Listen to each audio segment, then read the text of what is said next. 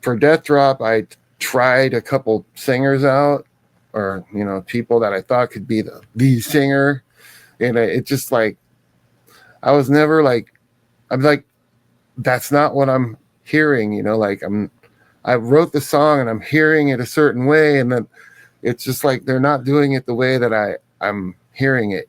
So like I just did it myself. I was like, screw it.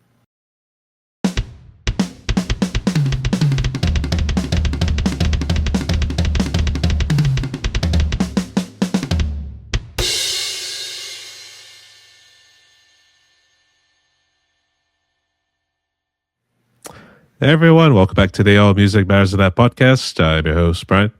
And today, welcome special guest from the West Coast. We got Dave, and I'm not sure how I'm going to pronounce your name, but I'm going to say Belanger. Is that how you pronounce it?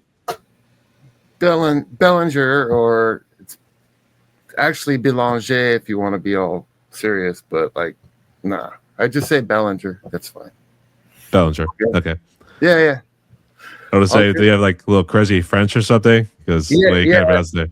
I believe that's where the descent of the name is from. Canada, I believe. French Canadian.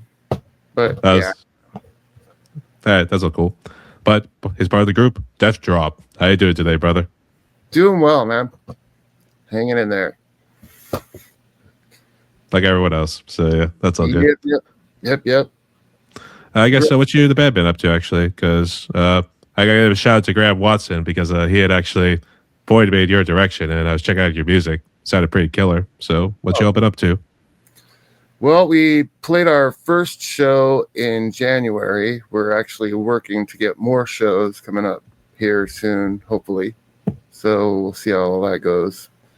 Also releasing another single for the song Deathdrop. And pretty excited about that one, actually. That's going to be awesome.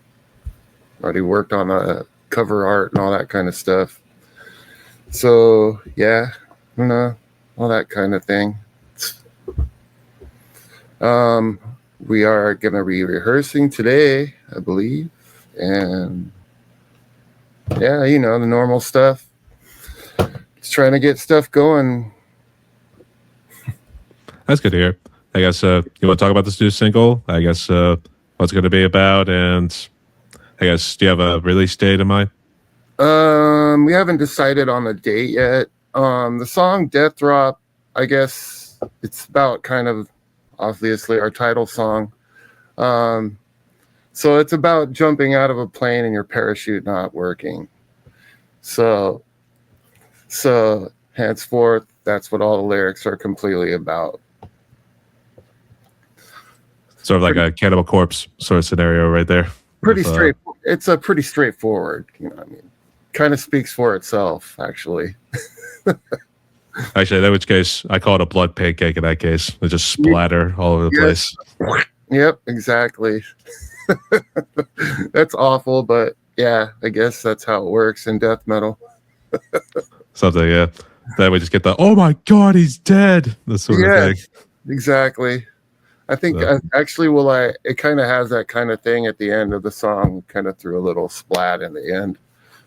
So it's kind of messed up, but yeah, well, it's funny. I mean, we are a death metal band, so yeah, we are going to do that. So, yeah. Exactly. Death metal is what it is. All right, sounds good. But we can't wait to hear when it comes out there. So please keep us informed about that. For sure, we will do.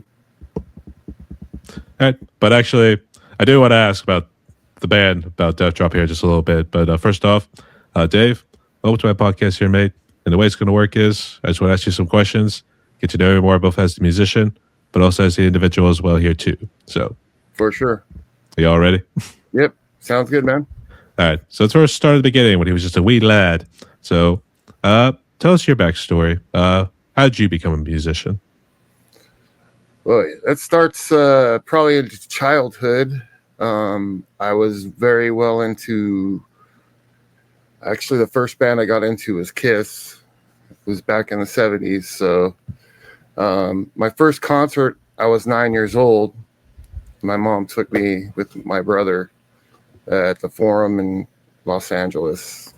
So that kind of like the seeing Kiss live, it was kind of like it was like seeing, I don't know. This is really hard to explain, but from that point on, I wanted to play music. It was pretty much it's where it all started, and it just all slowly progressed through different. I don't know. I guess progressively heavier each band. So, by about the mid '80s, I was kind of finding my death metal stuff. Mid to late '80s, I don't know, the first original ones, because like Possessed and Death, stuff like that. Because, of course, I was into Slayer and Metallica and all that other stuff back in the day. And that stuff just led me further and further, more advanced into that kind of stuff. Hence me getting the name from Graham, Death Dave, which kind of stuck since 19 years old. So it's kind of funny. Good old Graham. But I started playing when I was about 14 years old. I took lessons for about 6 months, and then I decided I was just gonna learn stuff. Once I learned basic stuff, I was like, learn everything kind of on my own or from other people or however I could learn it, basically. I was going to say, did your parents kind of help you out, kind of pushing you in that direction there too, or was it just all self-taught? I was completely. My parents were, neither of them were musically motivated at all, so it was kind of it was kind of my own thing. It's like I found it and I wanted to do it, so it's something I started doing. I say it's always weird because you find out in other interviews I've done, people will say like my parents weren't musically inclined or anything though too. They may have like listened to some of it, but then there's like, in your case, you who wants to like pick up an instrument and actually play it. So it's always weird. My mom like listened to music a lot.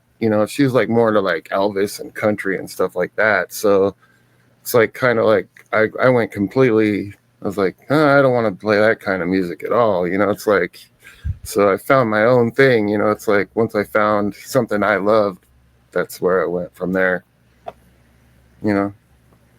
Sort of a black sheep scenario here, if we want to say it that way. Not really black sheep, just kind of more rebellious, It's like, I'm going to do my own thing. I don't follow. I make my own path. Actually, we could say maybe an Anakin Skywalker sort of moment here too, and turn into Darth Vader. So, I guess, I don't know. Not quite, but in a good way. We could say more in a good way here too. We're not going to try to go and destroy the Jedi and that sort of stuff. So absolutely not at all. Actually, how'd you and Graham meet? Have you guys been friends for a good while? Or is this more of a recent friendship? I met Graham when I was 19. Actually, I was hanging out with one of my friends back in Oceanside, California, Steve, and I used to hang out with him. And he took us over to when Graham practice with his band at his house. So we started hanging out with him back then, kind of hanging out with his band Plague Lord. And that's how a lot of things inspired off that. My band, Laceration, back then kind of all got members from that. Like a number of things happened. So yeah, Graham was kind of a key figure to things happening for me as well. It was kind of weird how it kind of worked out for both of us that way. I think those days he would have said that was more of a Sith Lord sort of moments right there too. Got going on the Jedi theme here too. That's why he did have the red lightsaber. That whole deal. He was in the dark side. That's what he'd say. Yep. I guess so. That's cool. If only you knew the power of the dark side. That would have been nice. That'd have been something too. Could do the whole force choke. Yep, exactly. Yeah. Nonetheless, shout out to Graham Watson there too for making this whole thing happen because he reached out to me and then he told me about you, and I also checked out your group and everything there too, and gave you a follow on Spotify. Hell yeah, appreciate that. No worries. But I guess let's talk about your music journey in this case. So I guess when'd you form like your first band, and then let's get to Deathdrop in that case. So what's the history behind your music? Well, I was in my band back in the early 90s, Laceration, and we went for about 5 years. We played a lot of stuff back in the kind of earlier days of death metal. And it was kind of cool. It was fun. We played a lot of big shows, but that kind of fell off. So kind of after that, I kind of got a little discouraged with music, and I kind of pulled away from the scene because I don't know. I put a lot of effort into that back then. Like pretty much everything I had. Like I was like pretty much the manager, booker, you know, my other buddy helped write songs, you know, it was all DIY kind of way. But anyways, it's just, we put a lot of work into it, and it just felt like in the end, it's just like, what did I do all that for? And then like, I ended up getting neck surgery in the early 2000s, the mid 2000s. And then after that happened, I kind of just like, I had a lot of free time. I started playing guitar again, ironically. And then, not that I didn't play guitar through that time, I just didn't play it like nearly as much as I was when I was really focused in on it. So I started really getting back into it, and that's when the inception of Deathdrop actually started. So it actually goes way back to then. So I was doing it in California for quite a while. I wrote like a lot of songs kind of on my own. Most of it was me working with other musicians, whoever I just would work with at the time. So most of this started quite a while ago. In fact, like there's a good 6 to 7 of the songs that are like from like actually early 2000s. Some of them go back to even the 90s. So it's pretty crazy, like to think came full circle. I finally found people that were really into it and could actually make it happen. You know what I mean? That was weird. Yeah. Sometimes journeys do that. So you can definitely see. It just was like a lot of hard work, and a lot of I had to keep pushing on myself with the whole thing, like, and keep it going, you know? Yeah. And actually, were you around in the Bay Area when the 80s thrash really started to kind of take off right there? I was more based in Southern California. So I was born in Los Angeles area. I lived there till I was 15, then I moved to San Diego, which is like northern San Diego. So I really didn't live or wasn't in the Bay Area very much. I was more around the LA scene, which is, you know, which is cool. I got way more into Slayer as opposed to the other stuff that was going on in LA at the time. So I definitely stayed away from all that stuff, you know. That was like I'm not into that. But it was cool because there was a lot of really good shows actually in the LA area that came through at the time. So I feel pretty lucky I got to see, you know, a lot of really good bands early in their career. That's for sure. And, you know, I keep thinking LA was actually part of the whole Bay Area, but I think they were more San Francisco based or maybe somewhere in that range. Yeah, there it's quite a bit, and the scenes were quite a bit different. Like the LA bands had to play more like in the valley and like in Orange County, because Los Angeles itself was taken over by the hair metal and stuff like that, basically. And so like any band that was heavy or thrash or anything like that was playing more on the outskirts of the city. You know, like you weren't really playing those big shows in the middle of the city because obviously the big money was with all the hair metal at the time. So is what it is. I guess Well, so. I went out of my way to go to the other shows outside of the city. I'm like, I don't want to go down there with all that, you know, hairspray and stuff. We'll make up the flashy pants and all that stuff. Yep. All that stuff. It was pretty weird scene to be around. We say the subtle sexual lyrics in that case about all that sort of stuff. So Yeah, I mean, that is what it is. Some people like that stuff, but that's like not my thing. Yep. So I guess who really kind of inspired you in order to take up Deathdrop in this case? Because I know you talked about Slayer a good bit, and I'm seeing Orbit Culture on your shirt. So is that really your biggest influences? No, my influences were probably, I would say probably Fear Factory, In Flames, probably some other stuff too. That's a little more on the heavier side than that. More of the old school death metal like Death, Morbid Angel, things like that. Those were things that really inspired me to kind of push this album or this direction and this sound. So I wanted to incorporate the groove and stuff like from the Euro sound. Like that's why I used In Flames, because they had like more like the older sound. How they have more of the groove in their riffs, you know what I mean? So I kind of like that kind of style. That's why I like mixing that in with the heavier, straightforward, brutal sound that's more from the American style. So I kind of like crossing the two and kind of having a little bit of both. That's pretty cool. And I guess, did you find out death metal mainly on your own, or did some friends kind of introduce you to the whole death metal scene?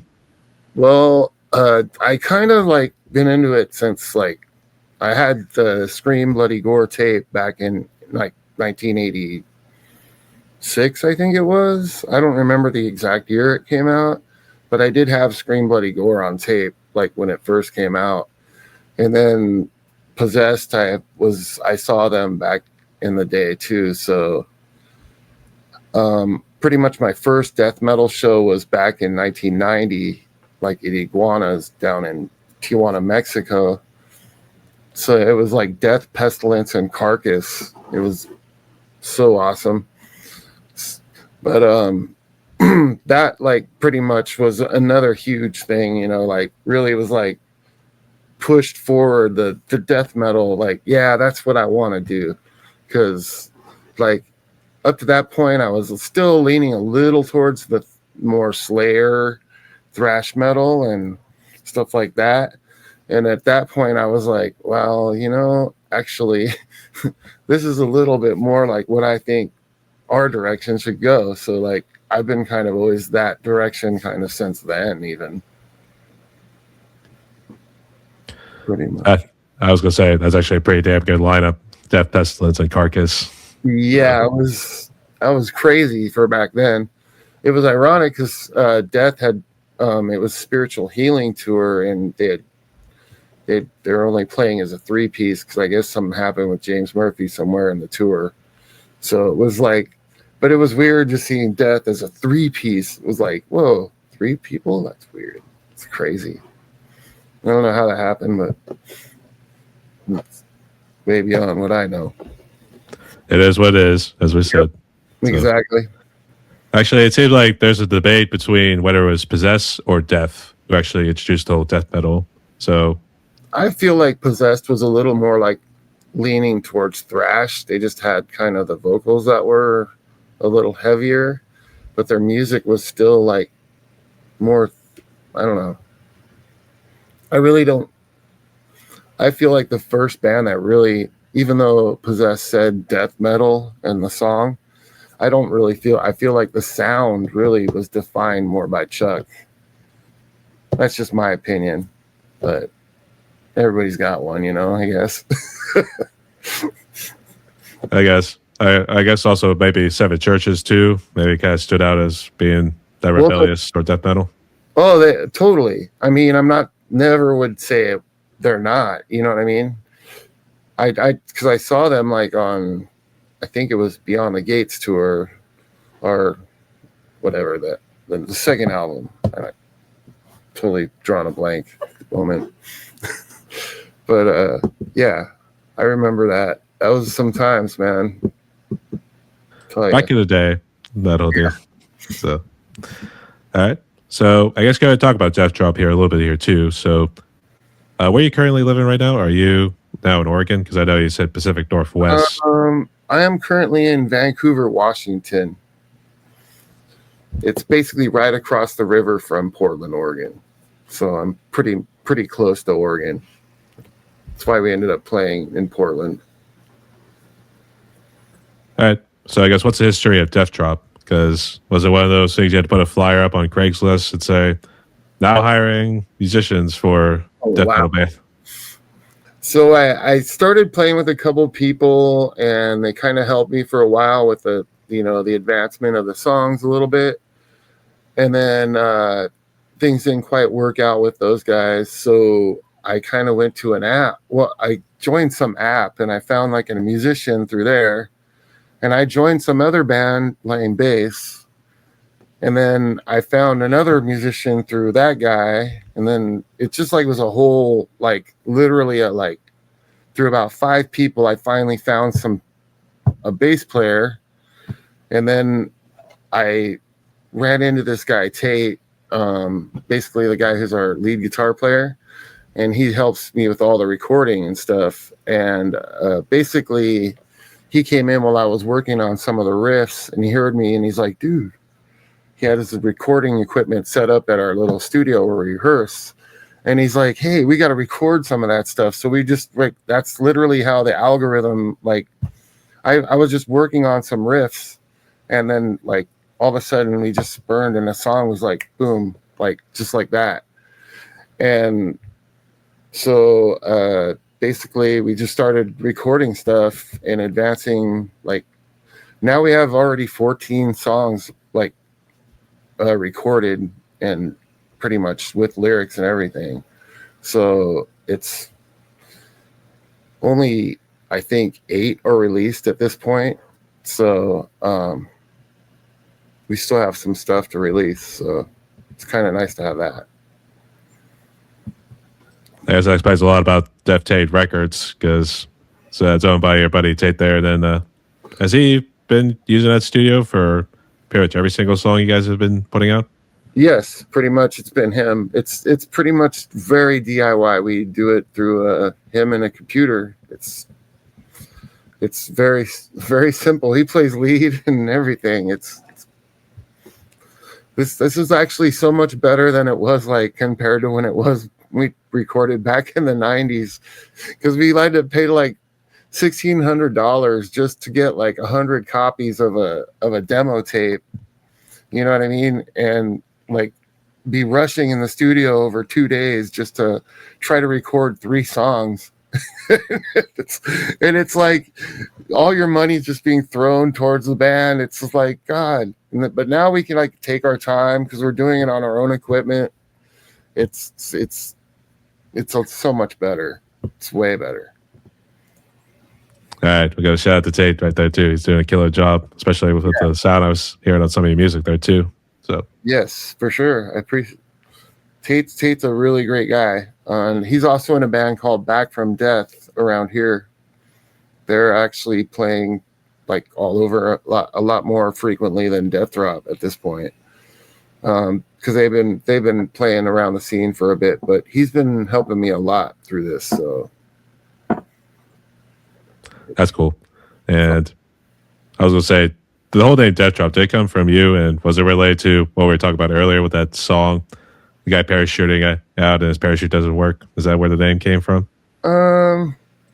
Kind of. I just kind of came up because my nickname was Death Dave, and I kind of randomly one day said Deathdrop, and then like it just kind of had a ring to it. So I kind of was like, yeah, I think I'll just use that. So, and then like the whole idea with the parachute thing kind of like, it just seemed to work. The two kind of work perfectly together. As dark and morbid as that is, it's kind of perfect, you know. It works. Yeah, I can see why. And I guess some of your other songs, the ones you just have released so far, it was like a, let's see, Mr. Grifter. Then we have the Genetic Extinction EP. I'd say favorite one off that was Instigate. Then Yes. Cancel Cancer, and then Pandemic. So do you tend to normally do your lyrics in a straightforward sort of fashion? Be like, this is the name of a song, this is what it's about? Or do you kind of go for like the Cannibal Corpse, B horror sort of scenarios? Mainly I come up with a like a theme or a topic, and then I'll kind of just write the topic, and then the title will basically come off basically however I write the lyrics. It's basically however whatever I feel like I'm going to write the song about first, because basically all the lyrics I've written so far. So basically I start with just the idea, and then I try to come up with the, you know, form the concept basically through the lyrics, and then go from there. And then usually the title is the last thing. A couple times I've actually changed the title like afterward, thinking, oh, that first title just doesn't work. So like use another quote from the song or something like that. It depends, I guess. I was gonna say, it was Genetic Extinction. Was that the first ones you released under Deathdrop, or was there a previous one? That was the very first thing we released as an EP. So it had Genetic Extinction, Instigate, jeez, forgetting all the songs. Skinwalker, of course, Genetic Extinction, and then I'm a Betrayed. That's why I'm not thinking of. Algorithm. You forgot about the algorithm. Oh yeah, the algorithm. Yeah, that's right. It's the first song. Can't forget the first one. Yeah, that was literally the first song we recorded, so hence why we kind of used that to be the intro thing. I was gonna say, I think it was a Genetic Extinction where it kind of started off with, it sounded like a movie quote. It'd be like, hey, I picked up this hitchhiker. You wouldn't know he was a serial killer being in the car of another serial killer or something. Yeah. Ironically, I just stole that from the internet, and then like it became like a thing. Like there's all these videos of people using it. It's kind of funny. I'm like, oh, that's kind of oh well. I thought it was funny. We kind of like altered the sound on it and kind of messed with it so it's not the exact same thing, and then kind of twisted it around a little bit, but basically stole the concept off the internet. Yeah, we don't have to deal with the copyright strike in that case. So. Yeah, you know what I mean. Just kind of deformed it a little bit and kind of made it ours. I guess so your vocal techniques, I guess, first off, how did you learn to growl, do the whole death metal vocals? I guess I just started doing it. Like people needed to like be the singer at the time, so I just started doing it, and then like I guess messing around at first, you know what I mean?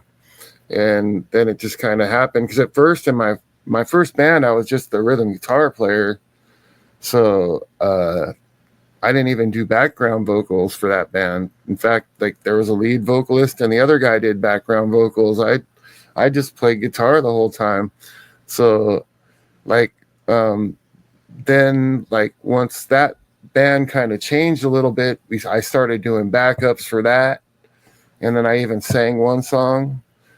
And then for Deathdrop I tried a couple singers out, or you know, people that I thought could be the lead singer, and it just like I was never like, I'm like, that's not what I'm hearing, you know, like I wrote the song and I'm hearing it a certain way, and then it's just like they're not doing it the way that I'm hearing it, you know. So like I just did it myself. I was like, screw it, I'm just gonna do it. So I kind of learned kind of on my own. There was no really formal training on how to breathe correctly or anything like that. So I don't know if I'm doing it wrong or right or whatever. I mean, it seems to work. I mean, I don't really kill myself, and I can still talk afterwards. So,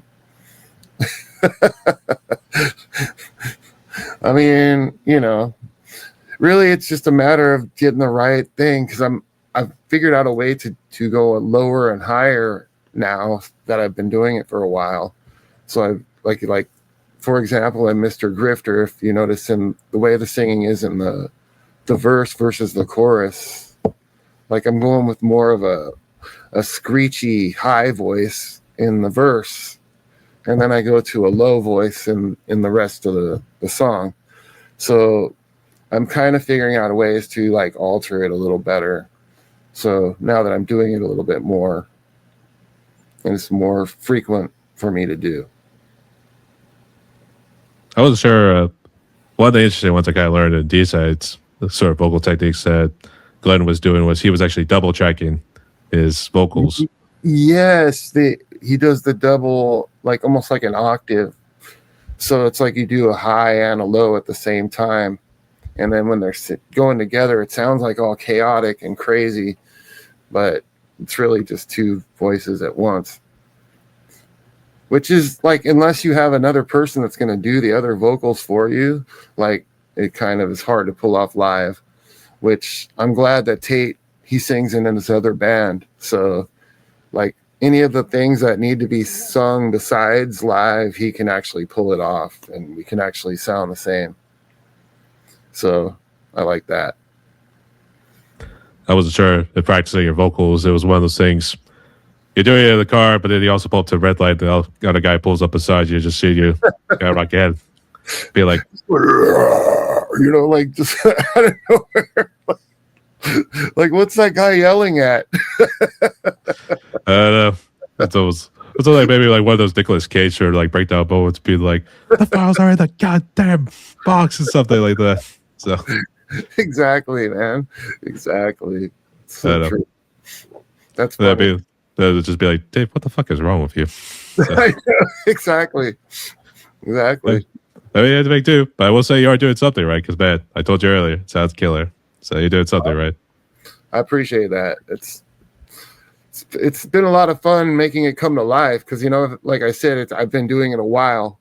So like when it finally started coming to recordings where we're actually recording the songs that I wrote, it's like, wow, this is really cool to actually hear them like come to life. It's great. And I'm super appreciative of it. Not to kind of still stick on the topic, but was it also one of those things like you were listening to other vocalists, say Dave Vincent, for instance, in the early days of Morbid Angel, maybe more so from the Covenant album? Would you like say turn like one of those songs and then try to imitate it? He definitely influenced me a lot. We played with them like back in 93 and 94. So like, yeah, that was definitely lucky. We played with them on the Blessed or the Sick tour at the very end of it when they were going on the West Coast swing. My band opened up for them. And then we played with them again a year later on the Covenant tour. And that's when like Eric Rutan was filling in for basically the second guitarist, sorry. It was pretty crazy, dude. Like that one was it was Morbid Angel Creator and Paradise Lost. And we were the only local band playing. So that was like a very cool show to play. Looking back, of course. I would say this wasn't a Wayne's World moment where you just enter the presence and be like, we're not worthy. This is that whole deal. It was wild. Cause like on the first time we played with Morbid back then, Richard Brunel was really unhappy with the rented amp that he was going to be using. So like he ended up borrowing my amp. So like I'm like sitting up there and like at the time Morbid was like one of my favorite bands. Like, and I'm sitting there with them, like the sound guy messing with the sound on my amp. Like, and he's like, how do you do this and that on it? And then David Vincent comes over and says something. And I'm just like, whoa, dude, this is crazy, dude. How am I even in this situation? It's like, but it was like super cool, like quite the experience to do. to have happen for sure. It was one of those things. Where was the iPhone when we needed it most? Yes, things were so much different back then. You think if you were lucky if you had somebody that could afford a camcorder to record your stuff. And that's the truth. Opportunity lost. So. Yes, damn it. Exactly. Actually, did you speak? Did you guys get to talk with each other? I guess behind the stage. I don't know. What were they like in terms of like trying to talk with them like normal conversations? Were they pretty chill? Most of them were pretty cool. Everybody kind of kept to themselves, you know. But like I think like Creator, for example, I think there was like a language barrier. He was like, you know, like it was kind of hard seeing. He'd be like, hey, and he's like kind of give a funny look, and I'm like, oh, that's right, he's German. It's it's cool. I didn't really take it personally. Like I figure people are kind of in the zone like before a show. I know I am kind of like, I don't really like, just kind of want to focus on what I'm supposed to be doing. You get the whole pace it back and forth deal. Kind of. For me, I also play with my hair a little bit for some reason when I get anxious or get nervous. That sort of deal. Something like that. I think I start talking way more than I usually do. It's kind of funny. Everybody's like, "You're nervous, aren't you?" Like, yeah, keep talking. Like about whatever. Start talking. But yeah. I guess, and actually, I'm actually curious for vocalists when it actually comes to like memorizing the lyrics, since sometimes for those death metal bands they have like a long set list. So it's like, how do you remember all those lyrics for your songs? In your case, wow. Well, it helps. I repeatedly listen to the songs and almost like drive them home in my head. Like once I've recorded them, I keep listening to them. So that way the pattern and everything just gets like burned in my brain. So when I go to play and sing it, because that's the other thing, I have to play it too. So I'm doing both. So like when I first started doing it, I was like, what the hell am I getting myself into here? Like, why do you want to play and sing? Like now I have to do all this extra work. It's like crazy, but actually it's kind of fun. Like after you start doing it a few times and you've practiced it, it all starts kind of falling into place. You start realizing when and how you, sometimes you have to dumb down a couple riffs just to kind of fit the, so you can pull it off live. Cause sometimes the riffs are like, you've created like a crazy complex riff where you're doing a lot of crazy stuff and you can't, your mind can only do so much at once. So you're like, wait a minute, hold on. I'm going to like alter it a little bit just so that way I can sing it a little better and make it sound better.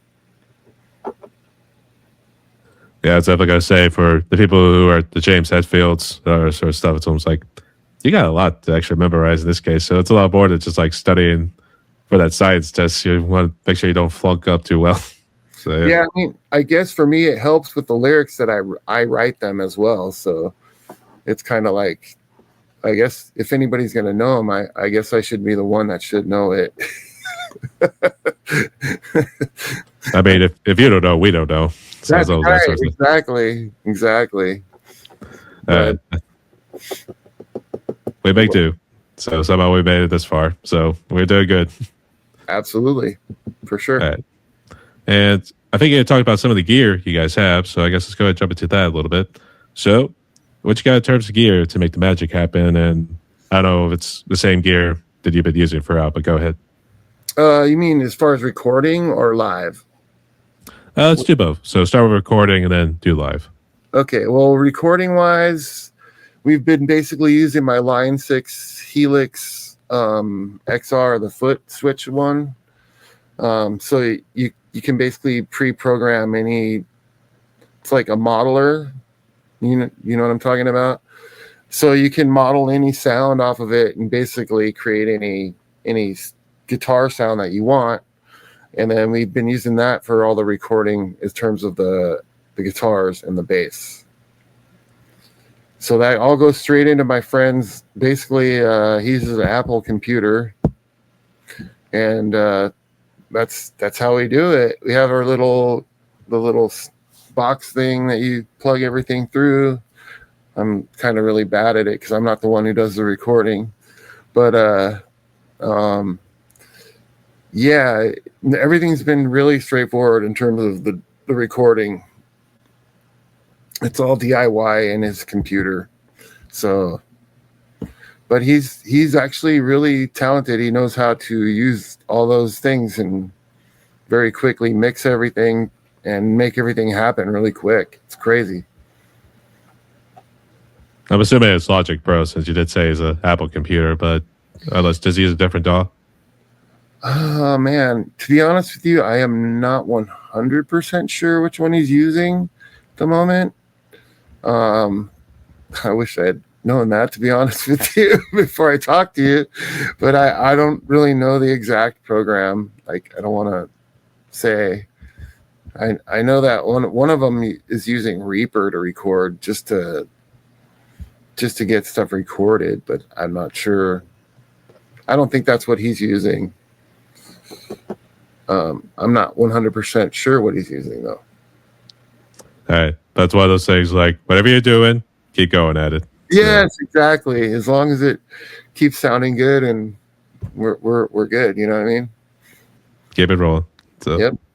All right, but I guess I think I've already discussed this too. But I guess you guys are just mainly doing some shows more in Portland, Oregon, or anywhere else on the West Coast. Probably Portland and Southern Washington areas at this point. If something were to come about, that draws us somewhere else, I guess we'll see. But at this point, we're kind of trying to get our name like involved in this scene just to get started. You know what I mean? In terms of the live part, it's crazy because we have like an EP and 3 singles out, and we just played our first show.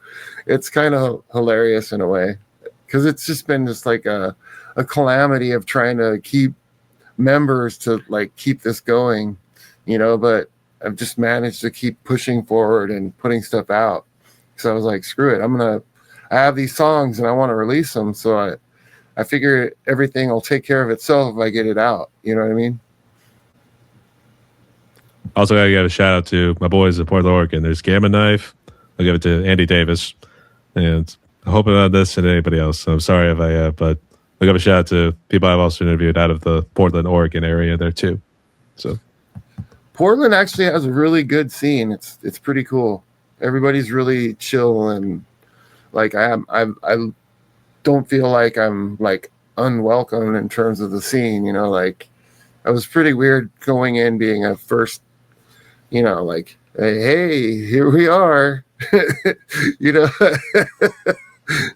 But we got to play a fest our first show, so it was like 16 other bands were playing, so it was kind of a good way to really let a lot of people see us at first. That actually got related to the whole thing with COVID here too, but I guess first off, from your perspective, how's the music scene been? And I don't know if you're living where you are right now when COVID came around, but how's the music scene been from your perspective and around your area? Ooh, the thing is, most of the shows I went to were in California before COVID. Because I didn't really go to any shows in Washington before 2020. Like, I think I went to a couple, like, bigger shows, but that's about it. Like, at the Moda Center. Saw a couple bands there, but that's about it. But the scene in California, like, I don't know. It's weird. I got out of the scene in California, like, a long time ago. It's kind of not that it wasn't there, it just wasn't the same. After like that band fell apart in California, I was just like, it's weird. Became like disenchanted with the scene, I guess. It was, but it wasn't anybody's fault. It was kind of my own. I kind of became withdrawn because I was probably dealing with my own stuff. You know what I mean? Human being, bro, What can I say? Hey, could you say it was like a rock bottom moment? I don't know if this was like the drugs and alcohol sort of deal. No, it was more personal battles, and I was just trying to deal with some things. But I was able to, of course, get through it all. Everybody has problems, you know what I mean? That's how it goes. It's Sad but true. So yeah, like it was like kind of the way it all ended too, because like the drummer at the time went to New Zealand, then we reformed the band, and then the guy that I reformed the band with, that he took off to Washington. So then it was like, fuck. So I was sitting there and I'm trying to replace this guy. And then the music scene at the time, it shifted so much. So like finding a guy to play like extreme metal over like, no, dude, grunge is popular right now. So like, like it just became so like annoying, like trying to find people, that I was just like, fuck, I'm just tired of this, dude. I can't do this. So I got out of it for a while. It just became like, and then even like following the bands, like I stopped following a lot of the bands that I loved, because like I guess it kind of made me think about like what I was doing before, and that I wasn't able to do what I was trying to do. But at the same time, now I look at it back now and I go like, what the fuck was I doing? It's like I was wallowing some bunch of bullshit, like it's like I had no reason to like be that way. It's like I should have just, forged forward and continued doing what I was doing, and things would have taken care of themselves. But I chose to, I guess, be a pity party at the time. So, is what it is. It's better late than never, I guess, I guess so. But still stuck on the topic of COVID, I guess. So how bad was COVID for you on a personal and family level? Wow, man, that was crazy. That's why that song Pandemic, literally I wrote that song sitting in my house because I was laid off work in March, and I didn't work for a year and 4 months. Like that whole time. It was just like, and I was getting all the benefits and stuff. It was crazy.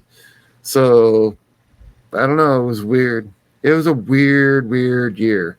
I can't explain. There was never been anything like that. You're stuck in your house. So that's why I like sat there and wrote that Pandemic song, because it just like was sitting at home bored, and there's the song. Boom. I don't know, man. That it affected everybody quite a bit though. Like I'm not gonna say it wasn't real, because like I know people that definitely had seen things happen where it killed them. So, it is what it is. I'm glad all that's kind of behind everybody now, and we're kind of moved forward from there. But I feel like things will never be like what they were before that. Like it'll never quite be the exact same. Like it's just different now. I think in terms of how music was, let alone entertainment too, it seemed like it varied by state. So I know Yeah. the Tampa Bay region, a few people I've actually interviewed out of that region, they've been saying there's a lot more of the cover and tribute bands. There's Yeah. some of those metal bands, because it's like Tampa Bay was like the mecca of death metal, with like Morbid Angel, Obituary, and Deicide. Yeah. For sure. So that's why I always like to bring up the question, like, what you think from your perspective about the music scene. So, how long have you lived in the Vancouver, Washington? There has it been? In July I'll be here 9 years now. Has the Portland looked like it's been doing very good? I guess since COVID. Portland's just a weird, kind of crazy little town with a lot of homeless people running around. It's crazy.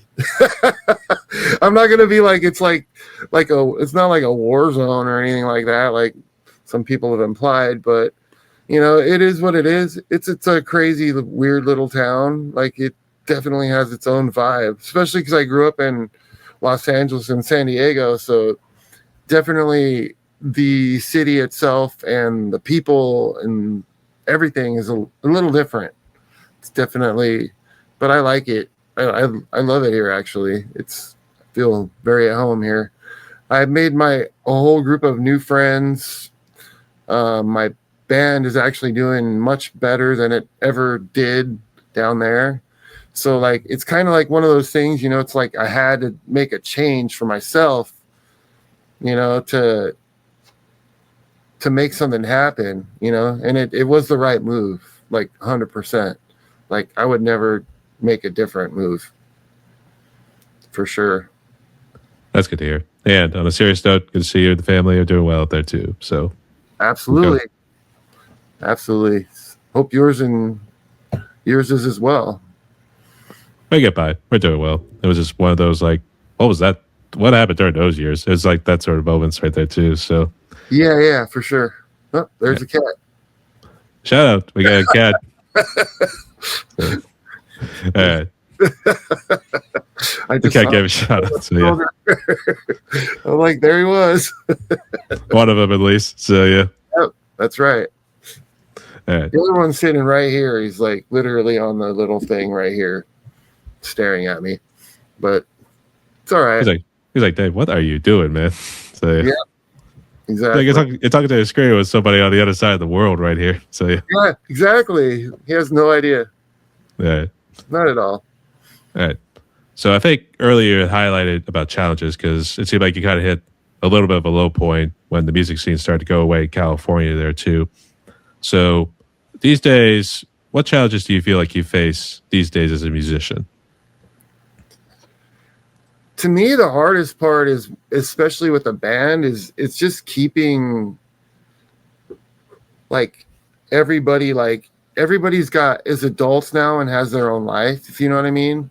So it's really hard to like get everybody like to be able to be on the same page like all the time, because like not that anybody isn't, it's just it's a lot harder the older you get, I feel like, because everybody else's personal lives become that much more important to them.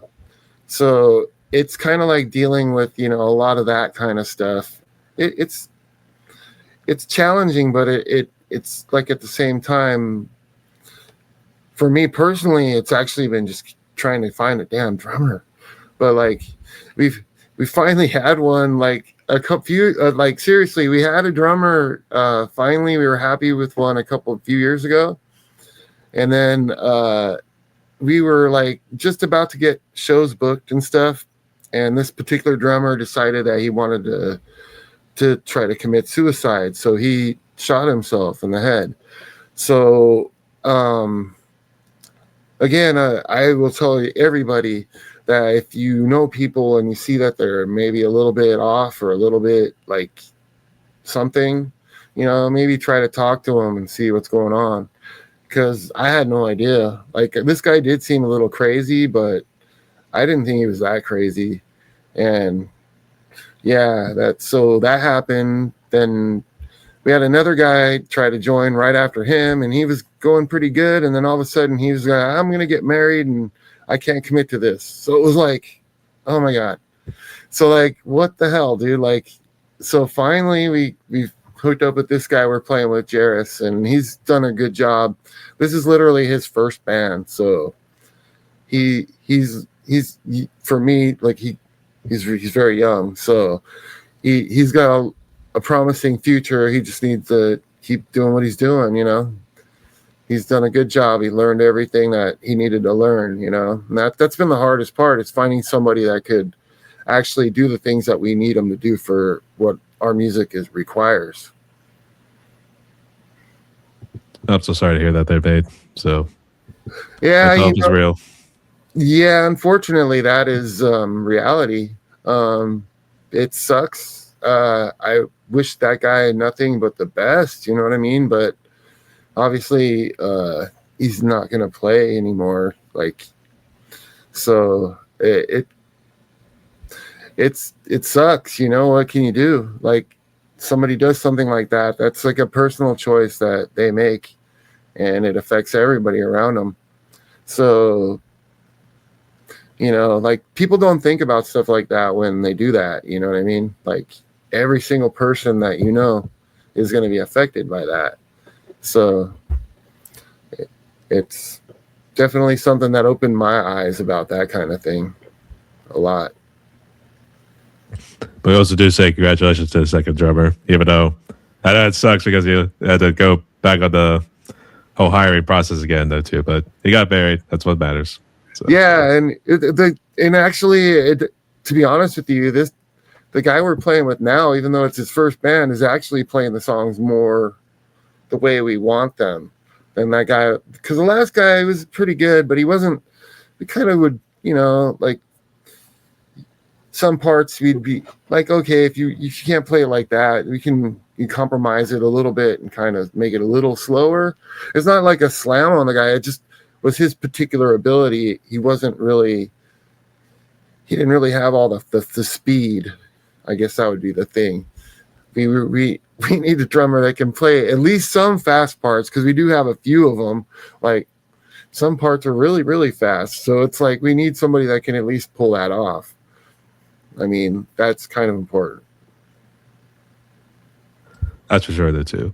So it's good to see if I have a drummer, at least one, hopefully permanently. We'll say temporal hiring at this point. So yeah, I mean, I'm happy like that he's our drummer at this point. So, and he's definitely he's contributing a lot to what we need to do. So at this point, I'm happy. Like we have a lineup, and that's definitely a good thing. You know what I mean? I think the only way to keep them longer is to try to say, like, hey, we have the health benefits and the 401k. That's our deal. So. Totally, man. Whatever it takes. It would be nice. 100% batch contribution. There you go. All right. Exactly. But nonetheless, good luck this year, boys. Yes. All right. So I got one more question before we jump into some extra fun ones. But okay. This last one here kind of delves into AI and social media these days. So what do you make of both of those? Do you feel like double-edged sword, or do you see some use, or maybe it's still robots taking over sort of scenario? I'm not like anti-AI. I don't feel like everybody should be fully reliant on it. I'm not going to say slam it, because I actually kind of use it for artwork sometimes, but I'm not against it, but I do think it's kind of one of those things. It's like they better figure out a way to know how to control it before it gets too smart for humans. It's almost like the Terminator coming to life kind of thing. It's like you guys did watch the Terminator and watch the machines take over, didn't you? It's like come on, dude. But no, seriously. I don't think it'll be like that. But I do feel like it's not a bad thing, but you got to watch what it gives you. Like I did see a thing today, like somebody turned in a report that AI did for them, and it was all false information. So like now you have to like say, oh, well, AI wrote it. It's like, well, dumbass, like fact check what you're going to do before you like, I don't know. It can be useful, but make sure to check, just like anything else. Like, there's facts and there's fiction, like there's a lot of misinformation out there in a lot of forms, you know what I mean? And that's the only problem I feel with social media. Like so many like false things get pushed out there, and that gets the narrative becomes that something that's false is true. And it's like, no, that's not what actually happened. It's like, how do you change that though? Because everybody forms these opinions, you know what I mean? So it's what a little good and a little bad, like it is good because people can network and communicate with like anyone, anywhere in the world. Like I wouldn't be able to do anything like this with someone like you if there wasn't like that stuff to begin with, because that's a natural progression, you know what I mean, going forward. So, like, I feel like that's been a good thing for society in that regard, because, it's nice to be able to communicate with anyone, anywhere in the world, like, all just through a little computer or phone, even. It's pretty cool. Yeah, you can definitely see why. And to also answer your question, I found you through Facebook there, too. So that's how we were able to go back and forth. So yeah. Yep, for sure. But I guess outside Facebook, I guess. What other social media do you and the band use? Well, we have a YouTube channel and we have Instagram. I do need to get us up on Bandcamp, but and a couple other things, but we do have the YouTube channel. It's at Deathdrop Official is our handle. I believe that's the same thing for our Instagram. I'm not 100% sure on that. I probably would need to look and check. But because I sometimes just make these things and I'm throwing all these things together and stuff, and I don't really think about that. You know what I mean? We're just happy we have the page and we're able to post something there. So yeah. Yes, exactly. And that's exactly what I use it for. Yes, it's a Deathdrop_metal for Instagram. So yeah. Basically we use that, and if anybody wants to interact with us, I will interact with anybody if they want to ask questions or in regards to the band and what we're about. I definitely am very grateful to be able to do this at this point in my life, because, you know, there were points in my life where I never thought that this would be even feasible to even be at this point. So to be at this point, I'm just like I'm through the moon grateful. It's a good thing for sure. That's for sure there too. So yeah, for this guy right here, make sure to go follow all the socials and everybody. So hell yeah. Appreciate that greatly. No worries. And tread carefully with the AI. No Skynet conspiracies anymore. Yeah, for sure. As long as no robots get out of control and start killing everybody, we're good. Wait, they did it. Actually, if they take out the bad guys in this case, well, the bad guys, the bad politicians, yeah, they could do that. That'd be great. But that's a whole nother story. It's like, we know, but they determined it for president. So, yeah. Yeah. Exactly. So, but nonetheless, tread carefully there, Dave. So, yep, for sure. Yep. Okay. Actually, we do have some extra fun questions right here. So, yeah, let's jump right into them. Ready? Hell yeah, let's do it. All right. So, I'm curious if there's a particular dish I've not heard about yet from the West Coast there, but which one would you consider your favorite food of all time? Probably be tacos, because growing up in San Diego area, I became very addicted to tacos. Definitely became my thing. Authentic good ones though, not like the cheap Taco Bell ones. I'm talking about like from a real Mexican food place type tacos. Definitely. Those sorts of street vendors you probably see on the corner. Yes, the food trucks or any of that kind of stuff. For sure. Tell you what, tacos making a comeback here, man, because a lot of people were saying sushi, some sort of Italian, and there's usually some sort of Mexican or Hispanic dish kind of involved right there too. But oh yeah, tacos, they're making a move. Tacos, they're it, man. For sure. Who doesn't like tacos, man? It's like anybody can enjoy a taco, you know? I feel like I need like the soft shell, maybe not the crunchy ones. I keep thinking of the ones with Taco Bell, for instance. You like this, like the street taco type. You can get those kind. Yeah, I go with those. Yeah, they're a little more soft shell. They more just make them warm and then they're soft. But those are good too. Actually, I work at a second job, and it's actually a part-time job at a local restaurant. And sometimes we actually do bring in tacos, the soft shell ones, so they get nice and crispy. Then it's like this ground meat. It's kind of more like just chopped up burger meat, to be honest, if you just ask me. But yeah, exactly. So and people like them, so I think we are doing something right there. So yeah, for sure.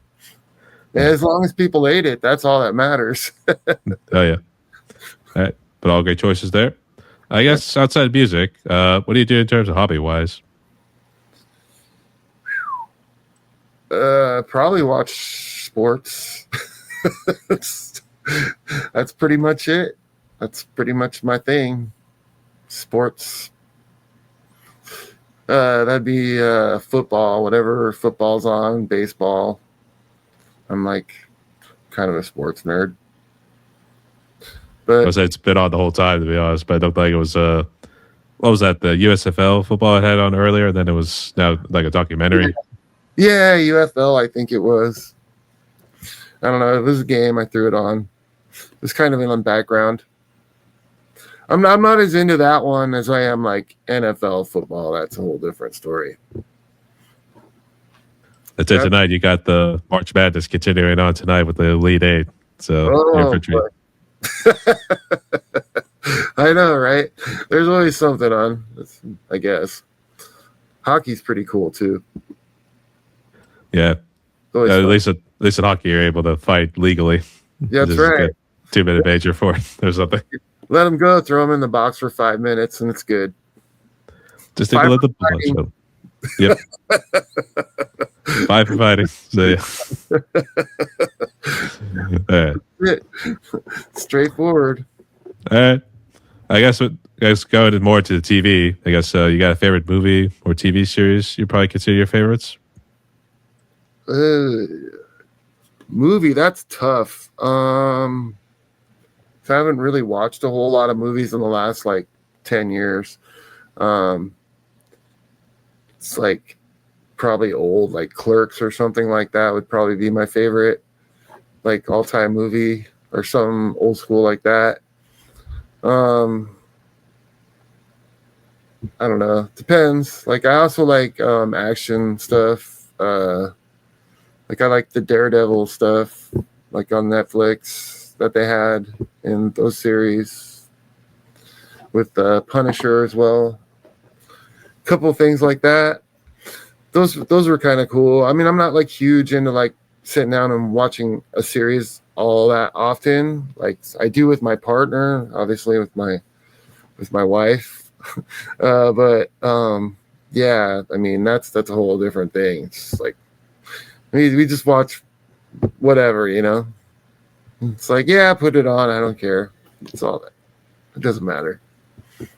It's like you had to throw that in. Otherwise, she was going to hit you in the head with a frying pan to be like, "Love you, babe." So, yeah. Oh yeah, she's I've been with her. That's the whole reason why I moved up here, was to be with her. So yeah. Oh, I knew you were such a sweetheart. Oh, so. I know, right? Fuck her up, baby. So, yeah, right. Yeah. But nonetheless, congratulations there, babe. A good choice. So, yeah. Right. For sure. It was a good choice. All right. For the next one, not sure if you drink, but if you do you have a favorite alcoholic drink? And then what's your favorite non-alcoholic drink? I quit drinking actually about 5 years ago now. I only really drink like iced tea. I drink a lot of water. I maybe drink a Dr. Pepper every now and then, but that's about it. I'm pretty basic on drinking. Like, stick to the basics. Lots of water. Gotta have the water. So yep. Stay hydrated, folks. That's right. It's important. Actually, did you guys get hit with that real awkward heat wave that kind of was passing through? I don't know if it stretched out that far. No, it's warmer than usual. It's like almost 70 degrees, which for around here this time of year seems kind of warm.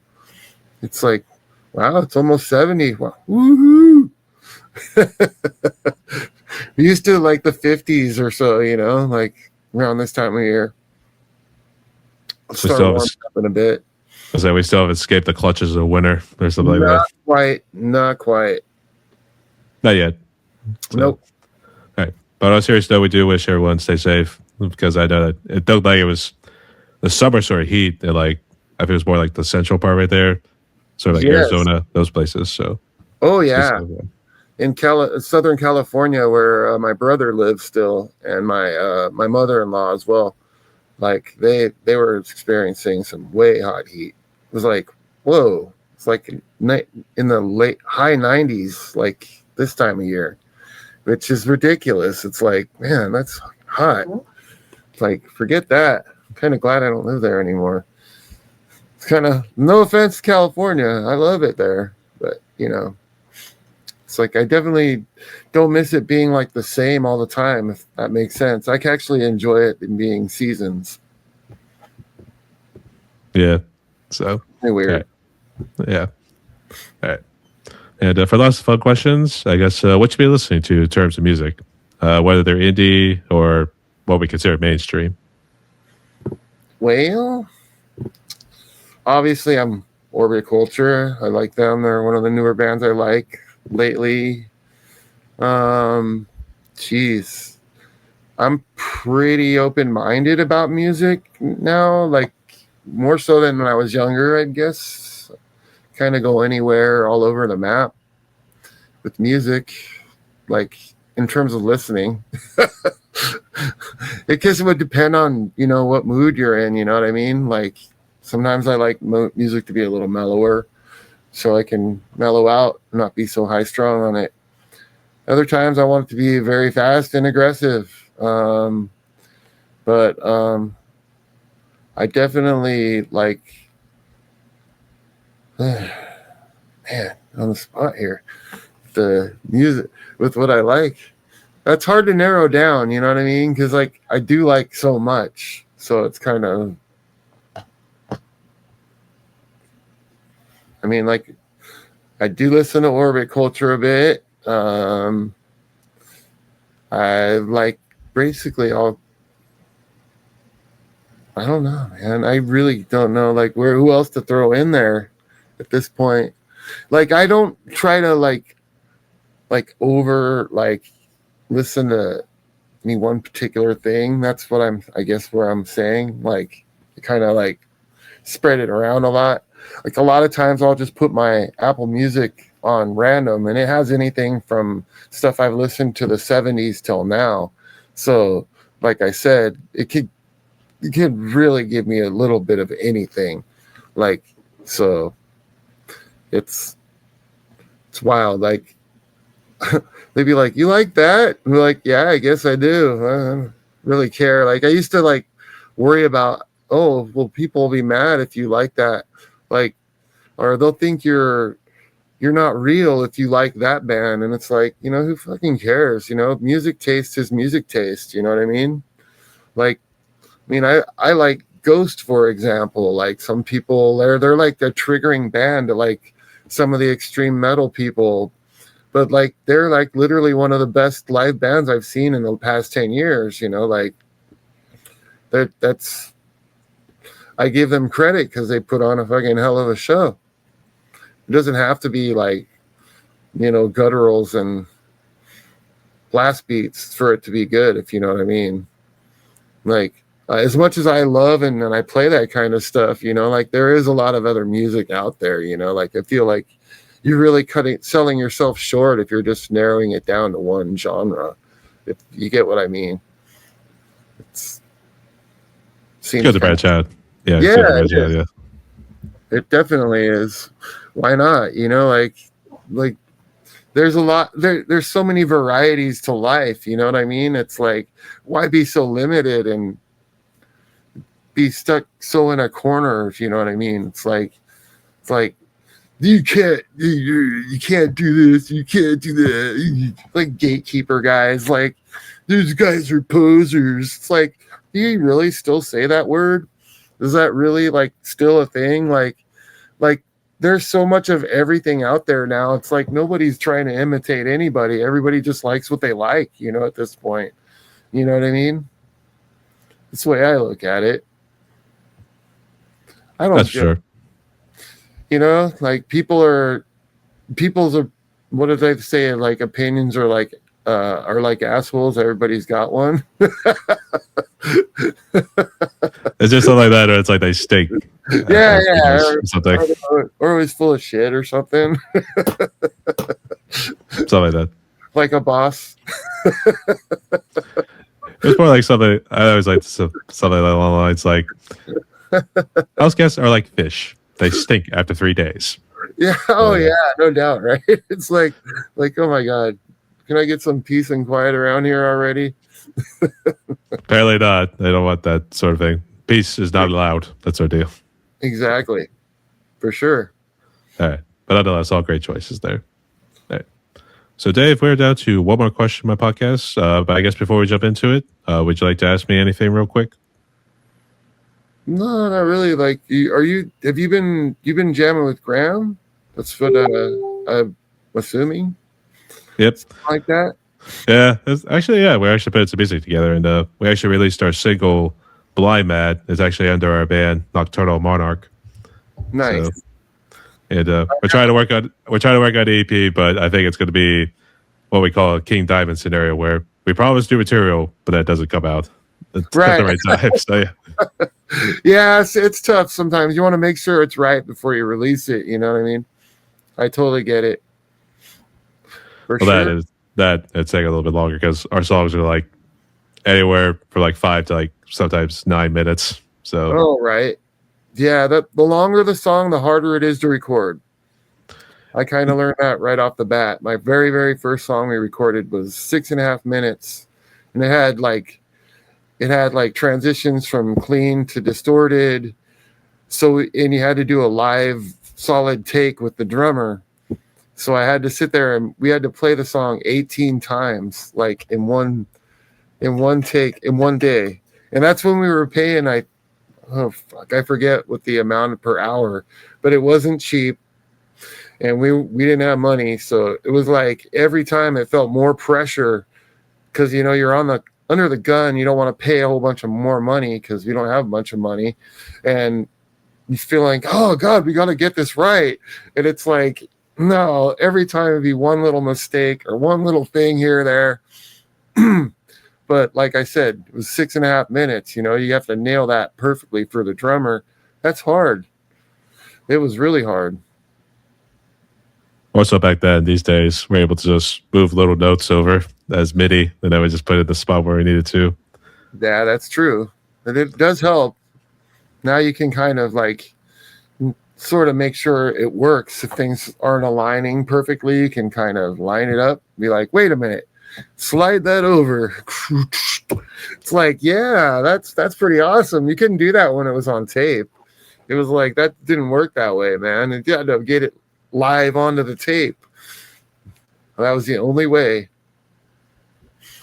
Yeah, that's for sure. So, all right. Was there anything else though, or no, not really.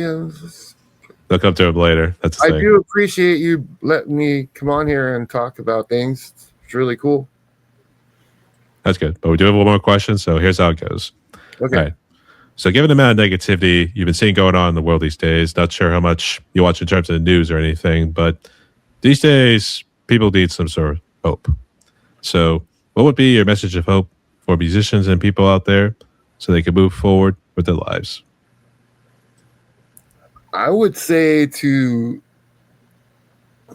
everybody needs to start learning to accept others better and stop being so confrontational about everything. Like, because I feel like everybody nowadays, if they don't agree, it becomes like a full-on fight, and like literally families breaking up over different views. It's like, it's kind of sad, you know, like you never have to agree with everybody on everything, but for you to be positive going about things, it's best to worry and focus about you and what you can control. You know, like a lot of that stuff you can't control. It's just people that spew out stuff, and it makes everybody form judgments. And you know, like I said, all you really can control is what's in front of you and what you do. And I just say, would people be better to each other and treat each other better and not be so, I don't know. I feel like everybody's becoming like high strung and really stressed out about everything because it is really uncertain. like right now. There's a lot of bad stuff. It is easy to get discouraged, but at the same time, like it's not the first time bad things have happened. Certainly, probably won't be the last. But we just hope things get better. But I mean, I would say at this point, just brace yourselves, be ready, because things are going to be weird going forward. I think it's hard to say how everything exactly is going to play out, but I feel like the people are going to definitely feel a lot of what's going on going forward. That's for sure. So it's unfortunate, but it is going to get a little weird as things go on. So yeah, and I that's like I said, the best way to do it is just keep strong to yourself and what you do, and control what you can, and try not to like let all that stuff bring you down. You know what I mean? Because like I said, with what happened with that previous drummer, like you just don't know what's going on in someone's head. Like people will give up, and for whatever reason, like there's so many things that people could be stressed out or worried about. So, like I just feel like people are going to be bad if they're going to be bad, I guess. I don't know. It's weird. It's like I just try to be good to people, man. And I if I feel bad energy from them, I'm going to try to avoid them or move on from it. Like no sense dwelling on bad shit, man. It's not going to do anybody any good. No, it does not. And spoke like a true prodigy. Ah. So. Go fall action, that'll do. So right. That's for sure. All right. So Dave, we have reached the podcast right here. We talked a little over an hour and 20 some minutes. I guess before we close out, would you like to give any shout outs to anybody? I'm going to shout out a few of the local bands around here. Obviously, my friend's band, Back from Death. There's also Dead Nexus. And then there's, oh man, geez, the other bands, Truculence. There's a few other, just a lot of the local bands in the scene, like throwing them out. Just want everybody to be heard. And, I really do appreciate this, though, and giving this platform to speak about this stuff, because it's the whole point. That's for sure. And we can't forget about Graham. I know we gave him a shout out earlier, but we'll give another one here too. So, hell yeah. Hell yeah. There we go. And just real quick for the audience, can you just say what social media and streaming platforms your music and you guys are on so they can check you out and interact? Yeah, we're available on most streaming platforms. All of our stuff is Deathdrop, one word, because there is another band that's using Deathdrop, but it's 2 words. So just remember, and ours is, well, I don't know. You obviously tell by the titles of the songs you listed. It is available on Spotify, Apple Music, YouTube, any of the available streaming platforms. Obviously, the EP Genetic Extinction, single Cancel Cancer, Pandemic, and Mr. Grifter. And all out there for everybody to hear, for sure.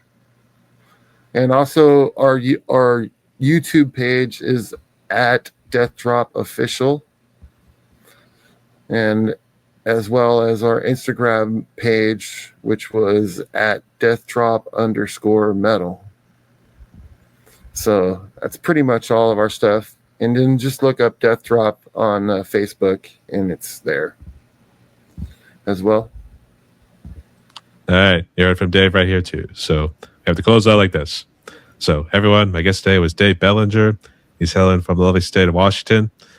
Vancouver, Washington, to be more exact, right across the pond from Portland, Oregon. Yes, sir.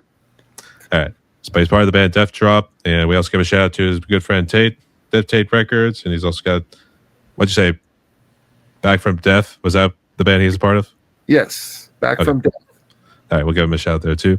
And make sure you go follow Dave here on all streaming platforms, all social media and everything here too. Let's go help our brothers out there as well. So, Dave, thank you so much again for coming on here, mate. So you do stay safe because you know it's one pretty fucked up world out there. Yep. Oh God. Appreciate that, man, for sure. And no worries, but strike a pose real quick. Stay tuned, yo.